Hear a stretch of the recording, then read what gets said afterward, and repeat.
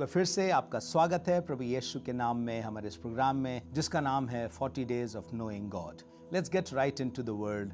आज परमेश्वर के वचन से परमेश्वर के एक स्वभाव को रखना चाहता हूं जो उसने मिस्र देश से अपने लोगों को निकालते समय उनसे बोला था, और वो मिलेगा आपको निर्गमन उसके 15वें अध्याय में। 15वें अध्याय में हम देखते हैं कि वो चले आ रहे हैं और 3 दिन तक उन्हें पानी नहीं मिला, और जब पानी मिला तो पानी खारा था, पीने लायक नहीं था। तब ऐसा लिखा हुआ है, 22वें पद से पढ़ रहा हूं मैं। तब मूसा इसराइलियों को लाल समुद्र से आगे ले गया और वे शूर नाम जंगल में आए, और जंगल में जाते हुए 3 दिन तक पानी का सोता न मिला। फिर मारा नाम एक स्थान पर पहुंचे, वहां का पानी खारा था और वे उससे पी न सके, इस कारण उस स्थान का नाम मारा पड़ा। तब वे ये कहकर मूसा के विरुद्ध बड़बड़ाने लगे कि हम क्या पिएं। तब मूसा ने यहोवा की दुहाई दी और यहोवा ने उसे एक पौधा बता दिया, जिससे जब उसने पानी में डाला तब पानी मीठा हो गया। वहीं यहोवा ने उनके लिए यह विधि और नियम बनाया, और वहीं उसने यह कहकर उनकी परीक्षा करी कि यदि तू अपने परमेश्वर यहोवा का वचन तन मन से सुने और जो उसकी दृष्टि में ठीक है वही करे, और उसकी आज्ञाओं पर कान लगाए और उसकी सब विधियों को माने, तो यह लिखा है, जितने रोग मैंने मिस्रियों पर भेजे हैं उनमें से एक भी तुझ पर ना भेजूंगा। वाह, what a peaceful conformation and a promise. और आगे क्या लिखा है, क्योंकि मैं तुम्हारा चंगा करने वाला यहोवा हूं। मैं तुम्हारे लिए चंगा करने वाला परमेश्वर यहोवा हूं। यह बात उनको कितनी अच्छी लग रही होगी कि खुदा कह रहा है मैं चंगा करने वाला परमेश्वर यहोवा हूं। और यह बात क्यों कही उसने? क्योंकि वहां के पानी में खारापन था। जो लोग अगर पीते भी तो शायद बीमार पड़ते, या कुछ ऐसी परिस्थिति थी वो पी नहीं सकते थे, प्यास के मारे मर जाते। तब उसने उनके पानी को उस जगह पे चंगा करके कहा, मैं तुम्हारा चंगा करने वाला परमेश्वर यहोवा हूं। अर्थात मैं तुम्हें चंगा करूंगा, तुम्हारी परिस्थितियों को ऐसा चंगा करूंगा कि जब तुम्हें जीवित रखने की जो चीजें हैं वो जीवित रख सकें, उनसे मृत्यु ना आने पाए। अर्थात जब तुम कोई कुछ भी खा रहे हो तो उससे जो न्यूट्रिशन मिलना चाहिए वो तुम्हें मिलने पाए। अर्थात जो पानी पी रहे हो, जैसा पानी अच्छा होना चाहिए वैसा पानी अच्छा बना सकूं। और इसलिए यहां पर कहने लगा मैं चंगा करूंगा, नहीं, वो कह रहा मैं तुम्हारा चंगा करने वाला परमेश्वर यहोवा हूं। मैं चंगा करने वाला परमेश्वर यहोवा हूं। लेकिन आज इससे पहले कि इस बात को और आगे चर्चा करें, मैं बताना चाहता हूं, चंगाई जब आप बाइबल में पढ़ेंगे तो 3 विशिष्ट तरीके की चंगाई आपको दिखाई देगी। एक है शारीरिक चंगाई, अर्थात शरीर के रोगों से चंगाई। दूसरी है मन की चंगाई, और तीसरी है पाप से चंगाई, यानी आत्मा की चंगाई। क्या तात्पर्य है? देखिए, बीमारी किसको बोलते हैं? किसी अंग का सही काम ना करना ही बीमारी है। जब हृदय जिस तरह से काम करना चाहिए वो नहीं करता, वही बीमारी है। फेफड़ा जिस तरह से काम करना चाहिए वो नहीं करता, वही बीमारी है। सो बीमारी किसी भी अंग का सही काम ना करना, उसी को बीमारी बोलते हैं। चाहे वो दिमाग हो, चाहे वो शरीर का अंग हो, चाहे हड्डियां हो। कहते हैं हड्डियों का रोग है क्योंकि हड्डी जिस तरह से काम करनी चाहिए वैसे नहीं कर रही। अपने पूर्ण सामर्थ्य में हड्डियां काम नहीं कर रही, या अपने पूर्ण सामर्थ्य में पैंक्रियास, किडनी और लंग्स वगैरह ठीक काम नहीं कर रहे। उसी तरीके से मन को भी जैसा काम करना चाहिए, जब मन वैसा काम नहीं करता, मन उसके विपरीत काम करता है, तो वो मन की बीमारी होती है। आत्मा और चरित्र जैसा होना चाहिए एक विश्वासी का, जब वो नहीं होता तो वो आत्मा की बीमारी अर्थात पाप रूपी बीमारी का हम बाइबल में जिक्र पाते हैं। और इन तीनों बीमारियों को एक एक करके देखेंगे। लेकिन सबसे पहले जो शब्द परमेश्वर के वचन में, खासतौर से न्यू टेस्टमेंट में चंगाई के लिए लिखा है, उस पर थोड़ा सा चर्चा करना चाहते हैं। और वो शब्द है इयाहोमाय, which means to cure, to make all right, to make whole. किसी चीज के अधूरेपन को हटा करके उसके पूरा कर देना। अर्थात जितना सामर्थ्य से दिल काम करना चाहिए उतनी सामर्थ्य में फिर वापस ले आ देना। जैसा फेफड़ा काम करना चाहिए उस वक्त फिर से वैसा ले आना, और जैसा दिल काम करना चाहिए, जैसी आत्मा काम करनी चाहिए, वैसा फिर से ले आना ही उसी को क्योर बोलते हैं, उसी को चंगाई बोलते हैं। ये शारीरिक चंगाई, यही शब्द हमें बाइबल में कई जगह पे दिखाई देता है। 12 साल से जो बीमार औरत थी, और बाइबल में लिखा है मरकुस 5 अध्याय में कि यीशु मसीह के वस्त्र को छू करके वे चंगी हो गई। और जो वर्ड चंगी हो गई है वो वही है इयाओमाय, मतलब टू fully recover, पूर्ण कर देना, जैसा होना चाहिए वैसा कर देना। फिर उसके बाद मत्ती 8वें अध्याय में हम सूबेदार के नौकर की चंगाई देख रहे हैं, और दोनों जगह पर शब्द चंगाई जो है शारीरिक चंगाई के रूप में दिखाई दे रहा है। सो परमेश्वर शारीरिक तौर पे भी चंगा करने वाला परमेश्वर है, परिस्थितियों को बदलने वाला परमेश्वर है, माहौल को बदलने वाला परमेश्वर है।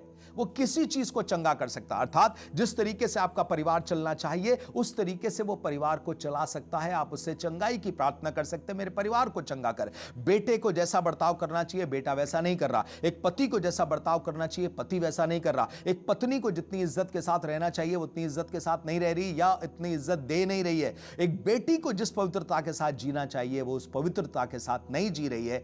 इसी को बीमारी बोलते हैं, आत्मा की पाप रूपी बीमारी बोलते हैं। मन की बीमारी, मन को जितना आनंदित होना चाहिए, मन को जितना उम्मीद से भरा होना चाहिए, मन का उतना ही निराश हो जाना, मन की बीमारी के बारे में बयान करता है। शारीरिक चंगाई आपको हर जगह दिखाई दे जाएगी। बाइबल में खासतौर से न्यू टेस्टमेंट में जगह जगह पे आपको शारीरिक चंगाई दिखाई दे जाएगी। लेकिन थोड़ा सा आप चर्चा करना चाहते हैं मन की चंगाई पर, क्योंकि मन का दुखी होना एक तरीके से बीमारी है। मन का सौरो जो है उसकी अपनी एक बीमारी है। नीति वचन उसके 12 अध्याय उसके 25 पद में ऐसा लिखा है, उदास मन दब जाता है। जब वर्ड लिखा है दब जाता, मतलब एकदम शिथिल हो जाता है, गिर जाता है, जैसे जमीन पर गिर गया हो, किसी के सामने मुंह के बल गिर गया हो, अब उसके पास अपनी ताकत नहीं रह गई है। कौन सा? उदास मन दब जाता है। एक तरीके से बीमारी के रूप में उसको दिखाया जा रहा है। फिर भजन संहिता 147 उसके 3 पद में भी ऐसे ही लिखा है, वो खेदित मन वालों को चंगा करता और उनके घाव पर मरहम पट्टी बांधता है। ये जो घाव वर्ड है वो वर्ड है अत्सेबेत। अत्सेबेत का मतलब होता है सॉरोफुल, दुख से भरा हुआ। दूसरे शब्दों में कहें, वो दुख से भरे मन वालों को चंगा करता है और वो उनके दुखों पर अर्थात घावों पर मरहम पट्टी बांधता है। और इसलिए लूका 4 अध्याय के 8वें पद में जब यीशु मसीह खड़ा हुआ और अपने बारे में प्रचार करने लगा कि परमेश्वर का आत्मा मुझ पर है, उसने मेरा अभिषेक किया है, तो उसमें एक लाइन उसने और बोली है, क्या है? मैं खेदित मन वालों को चंगा करूं। इंग्लिश में लिखा है to heal the broken hearted. यशाया 61 में भी इसको to heal the broken hearted अर्थात खेदित दुखी मन वालों को चंगा करूं। यह मन का दबना, दुखी होना अपने आप में किसी बीमारी से कम नहीं है। वो लोग जो मन के बीमार हैं, आप देख लीजिए, कुछ करने लायक नहीं होते। इसी को डिप्रेशन बोलते हैं। वो निराशा में चले जाते हैं, उनका खाने का मन नहीं करता, चलने का मन नहीं करता, जिस तरह से नौकरी पे जा सकते हैं वो जा नहीं सकते, क्योंकि उनके मन में एक अजीब विश्वास सा बैठ गया है, क्या? हम किसी लायक नहीं है, हम ठीक नहीं हो पाएंगे, हम बर्बाद हो जाएंगे, हमारा सब कुछ गड़बड़ हो जाएगा। यही नेगेटिव जो विश्वास है उनके अंदर, अर्थात अशुद्धता के लिए विश्वास, अधर्म के लिए विश्वास, बुराई के लिए विश्वास, उनको दबाता है, उनको दुखी करता है। किसी ने कुछ बोल दिया, अरे उसने ऐसा कैसे बोल दिया, उसी पे सोचते रहे और दुखों के सागर में डूबते चले गए। बाइबल में लिखा है कि परमेश्वर हमारे मन के जो खेद है उसको दूर करता है और उसका अभिषेक हुआ है कि खेदित मन वालों को वो चंगा कर सके। इतना ही नहीं, नीति वचन उसके 15 अध्याय उसके 13 पद को पढ़ रहा हूं, सुनिए क्या लिखा है। मन आनंदित होने से मुख पर भी प्रसन्नता छाती है, परंतु मन के दुख से आत्मा निराश हो जाती है। यह मन का दुख अपने आप में बहुत भयंकर है। मन का दुख दबा देता है किसी को, व्यक्ति उठना नहीं चाहता है।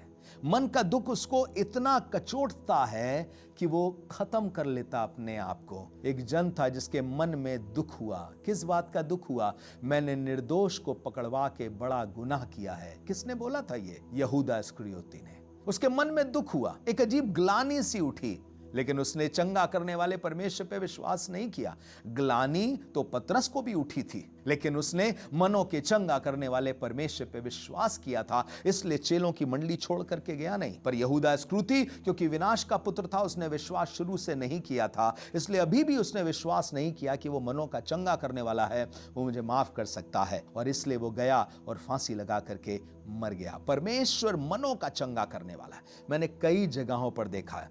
आगरा में एक एक दिन की बात है, एक जगह गया हुआ था प्रचार करने के लिए अपनी ही कलीसिया में, और जब मैं प्रचार कर रहा था वहां पता चला कि वहां के एक जन जो बहुत एक्टिव पार्ट लेते थे चर्च में, उस दिन सभा में नहीं थे। उनकी पत्नी ने कहा मेरे पति बहुत ज्यादा डिप्रेस्ड है, निराश है, वो अपने घर से नहीं निकल रहे हैं, अपने कमरे से नहीं निकल रहे हैं, क्या आप हमारे घर आएंगे? हमने कहा ठीक है हम घर आएंगे। फिर हम घर गए उनके, और घर जाकर के हमने उनके साथ समय बिताया, और मैं बात करने लगा हम मिट नहीं गए, ये यहोवा की महाकरुणा का फल है। इसका मतलब अगर हम जिंदा हैं, परमेश्वर की करुणा आज भी मुझ पर है। परमेश्वर मुझसे इतना नाराज नहीं है कि मुझे तबाह कर दे। हम मिट नहीं गए, आज हम जिंदा हैं। देखिए, जब मैं उनको बता रहा था उसी लेमेंटेशन उसके 3 अध्याय से, जब मैं उनको बता रहा था, धीरे धीरे उनके अंदर विश्वास आने लगा। मैंने उनको पढ़ने के लिए बोला, मैंने खुद उनसे बोला। कई दिनों से वो अपने कमरे से नहीं निकले थे। जैसे ही मैंने ये बात करी और उसके बाद मैंने धन्यवाद की प्रार्थना करी, वो उसी समय उनके अंदर एक अजीब सा बल आ गया। बोले जाइएगा नहीं, हम आपके लिए चाय बनाएंगे। वो फिर चाय बना के आए, मिठाई लेकर के आए, और उसके बाद से वो अपने कमरे से बाहर निकलना और अपने सारे काम पर जाना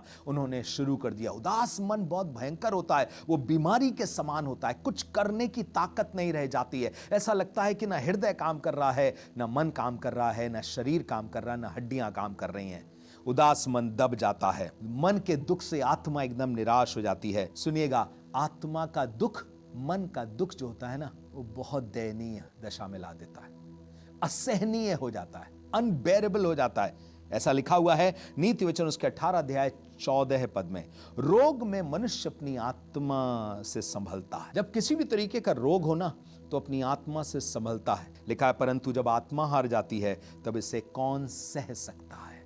इसका मतलब आत्मा का हार जाना एक रोग के समान है। अब इसे कोई बर्दाश्त नहीं कर सकता है, इस रोग से छुटकारा नहीं हो सकता, क्योंकि आत्मा ही हार गई है। और आदमी अगर अपनी आत्मा में मजबूत हो जाए तो फिर अपने शरीर में भी मजबूत हो सकता है। एक निर्णय कर लेना चाहिए, नहीं मैं उठूंगा, मैं फिर से उठूंगा और यहोवा के कामों को करूंगा। जैसे दाऊद ने कहा था, मैं ना मरूंगा, जीऊंगा और यहोवा के कामों का वर्णन करूंगा। अपने आप में हमें भी ये बात बोलनी चाहिए, क्योंकि मन जब दब जाता है, मन जब दुखी हो जाता है, तो फिर ये सहना असंभव सा हो जाता है, एक बड़े दर्द के समान होता है। जैसा हमारी आत्मा को काम करना चाहिए, जैसे उसे पवित्र होना चाहिए, जैसे उसकी सोच होनी चाहिए, जैसे उसका विचार होना चाहिए, जैसे हमारे काम होने चाहिए, जब वो नहीं होता तो हम पाप के रोगी हो जाते हैं, पाप की बीमारी हमें हो जाती है। सुनिएगा, मरकुस 2 अध्याय 17 पद में यीशु मसीह ने मालूम क्या कहा? यीशु ने यह सुनकर उनसे कहा, भले चंगों को वैद्य की आवश्यकता नहीं, परंतु बीमारों को है। मैं धर्मियों को नहीं पर पापियों को बुलाने आया हूं। अब आप समझ गए होंगे, वैद्य यहां पर किसकी तुलना की जा रही है? यीशु मसीह से। और बीमार की तुलना किससे की जा रही है? पापी से। और भले चंगों की तुलना किससे की जा रही है? धर्मियों से। उड़ाऊ पुत्र की कहानी में भी हमें यही दिखाई देता है।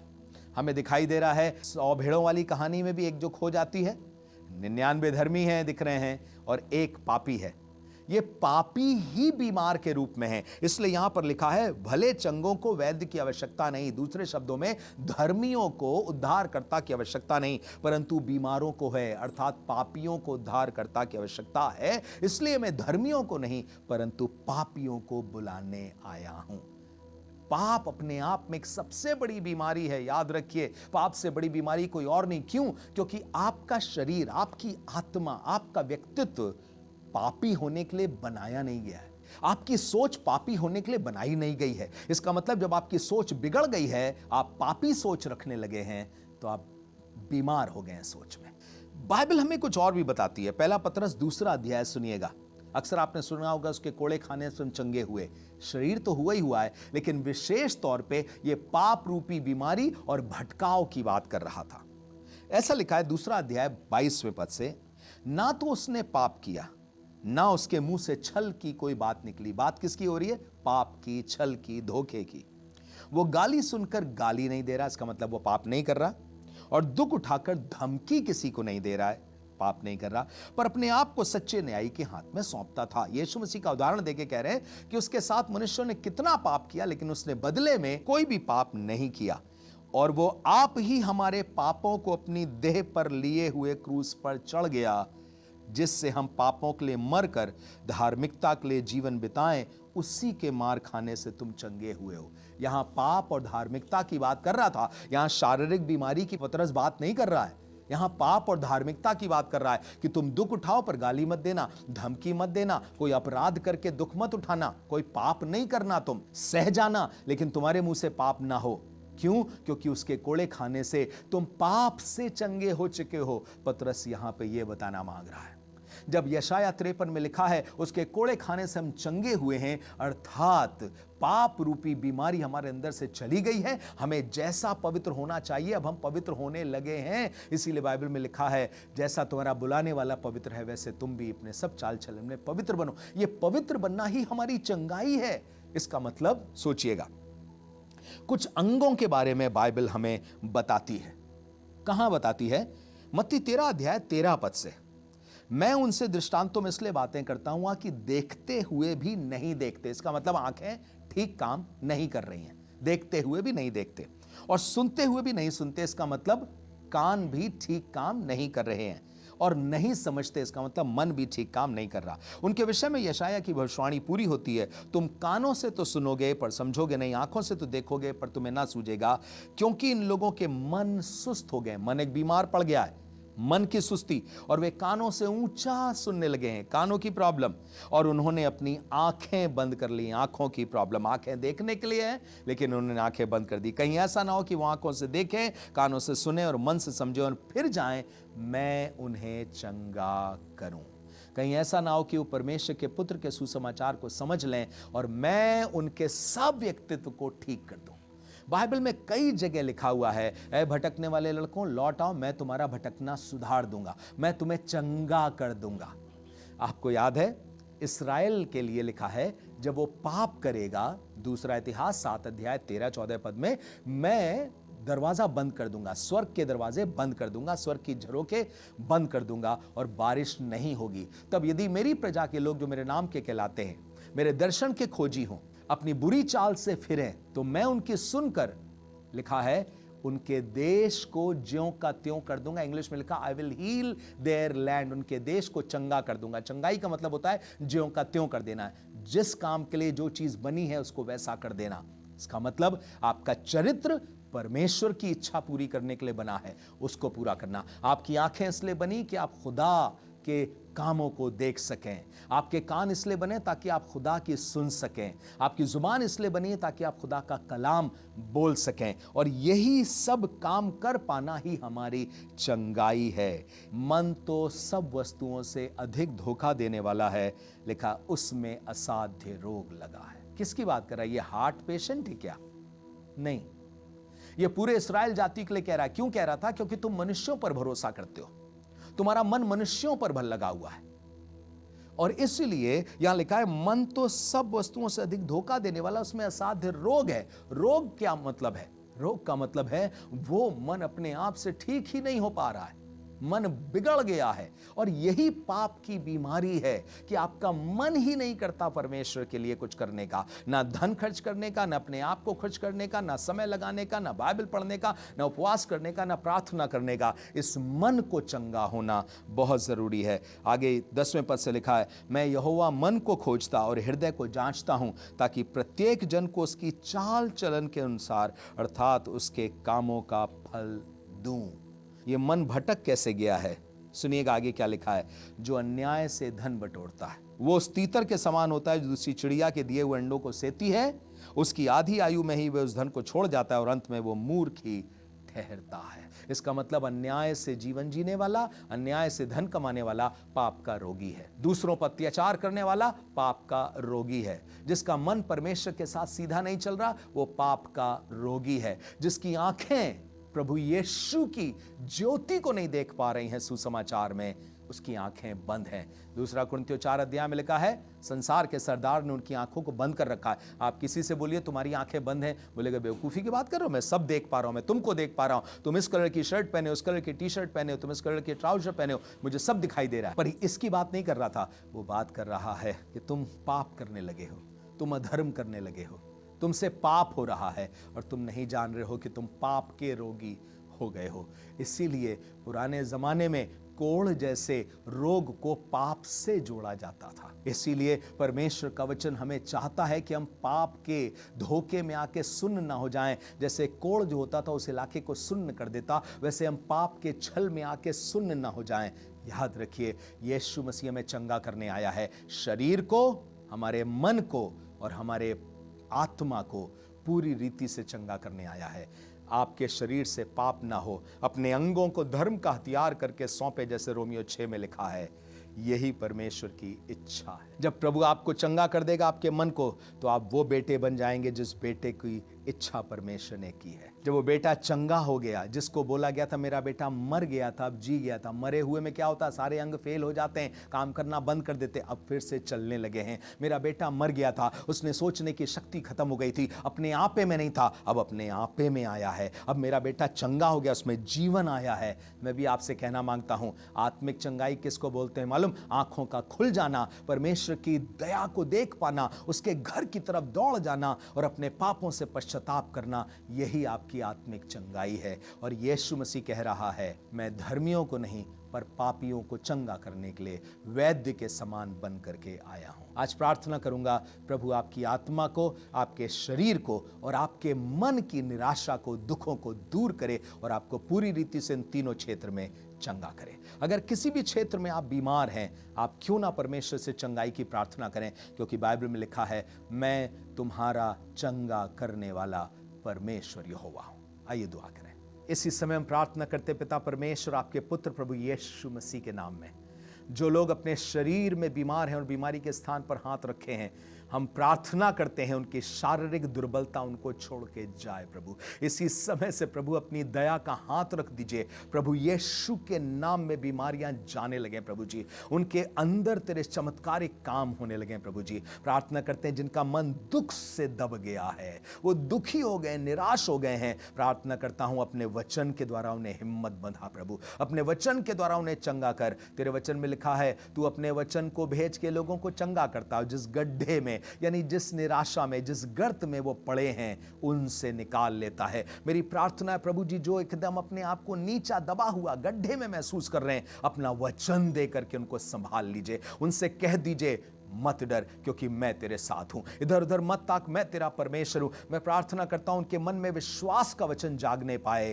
कि मेरा परमेश्वर मुझ पर दया करेगा। मेरी दुआ है खुदावंद यीशु मसीह, जो आत्मा में बीमार हो गए हैं, जो पाप रूपी बीमारी जिनको हो गई है, जो आंखों से ठीक से देख नहीं पा रहे हैं, मन से समझ नहीं पा रहे हैं, जो कानों से ठीक वचन समझ नहीं पा रहे हैं, सुन नहीं पा रहे हैं, मेरी दुआ है उनकी बीमारी को दूर कर दीजिए, उनकी आंखें खोल दीजिए पिता परमेश्वर, ताकि तेरे राज की अद्भुत चीजों को देख सकें।